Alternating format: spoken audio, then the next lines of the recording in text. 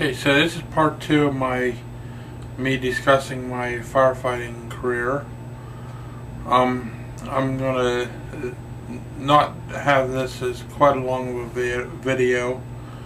I remember one call in particular that we were on. The guy that lived in this particular house had his whole house filled. He was a collector. He collected everything. His whole house was filled with a whole bunch of stuff. There was basically like a little path to get through every place. He also liked to collect guns and ammunition. Well, he had barrels and barrels and barrels of ammunition. He had boxes and boxes and boxes of ammunition. While we were there, the bullets were going off. Now, the fact of the matter is, whenever bullets go off, whenever they're not in a gun, there's no real kick to them. So every one of us was getting shot, and they just basically come up, bounce off of our uniforms, and fall right to the ground. The bullets didn't injure any of us or anything, but we all figure we must have got shot hundreds of times at the scene. That was an interesting scene. That was quite a very interesting scene, as a matter of fact. This guy had so much stuff. There was a full-sized garden tractor in his kitchen. Yep, I said a full-size garden tractor. And I remember another call I was on. Well, we've had so many of them. There was an accident one time that whenever I rolled on scene, I was like the third firefighter there. Whenever I rolled on scene, I thought, oh, this is going to be a fatality. What happened was a state truck, a PennDOT truck, T-boned a small car, and it hit with that much force that it ripped the plow right off the snow truck. So basically what it did was it compressed the whole driver's side, or wait a minute, it was the whole passenger side. It compressed the whole passenger side within about 10 inches of almost cutting the car in half. There was about 10 inches left. The young girl that was driving that car, she had just got her driver's license. She walked away from there with just a broken leg. That's all she had out of there. Now, I've seen accidents that were way less damage than that people were killed in, which that accident really surprised a lot of us on the fire company. So that was just another incident. I remember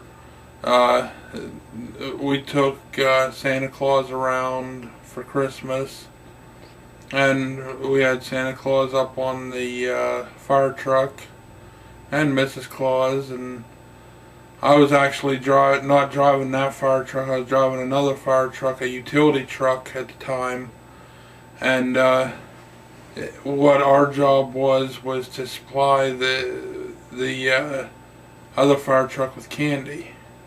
So we went back lanes. We still do today. We go back old farm lanes that the Amish live at, and just every kid that is in our community we give a bag of treats to, or whatever. So that was a fun thing. Now, some of the stuff that wasn't real fun was dealing with all the fatalities. I saw one person burn up one time.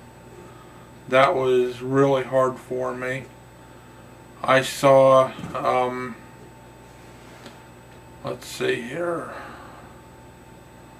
I saw more than one person die in front of me. One person was walking along just fine. Somebody asked him a question. He turned his head and he was dead right there. The fact of the matter was he had a broken neck and didn't know it. And yes, that stuff does happen. But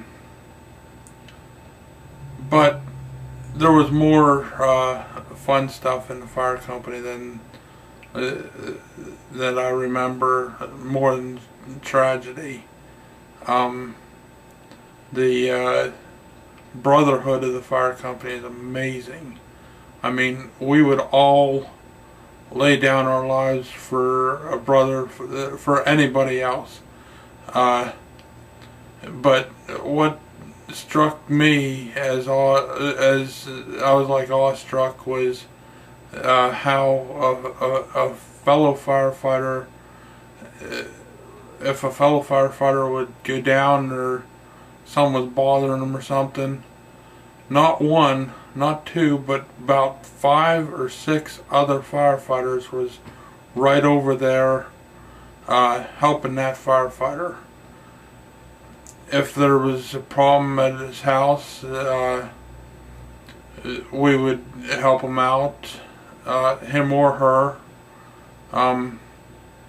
One thing I do remember is we actually have, or well, we had, I don't know if we still do or not, but we had Amish on our fire department, which is very, very unusual.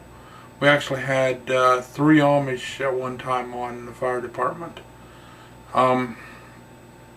Which, like I said, is extremely unusual, but that was really fun. Setting up for carnivals and tearing down for carnivals. Whenever there's a job to be done, we done it as quickly and as safely as possible. I remember one night we had a barn fire, and we were mutuating with another fire company.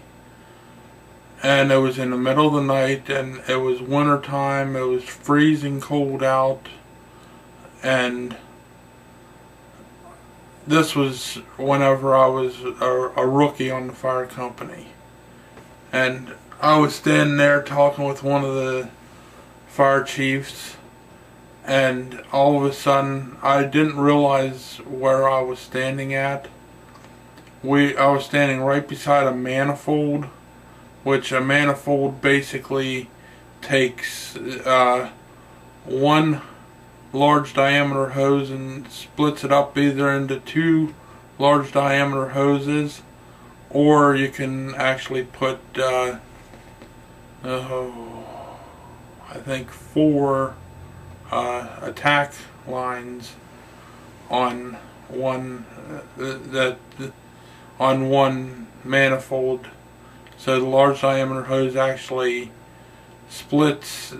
will actually split the water between 4 hoses. It's like having an over the ground fire hydrant, basically. But back to what I was saying, there was on those manifolds there's a relief relief valve in there, and there's about a 3-inch or so opening that once it builds up so much pressure, it'll vent out that hole. Well, that hole happened to be right where I was standing at, and it vented itself all over me. I was literally at ice from head to toe that night. And yeah, that was an interesting scene there.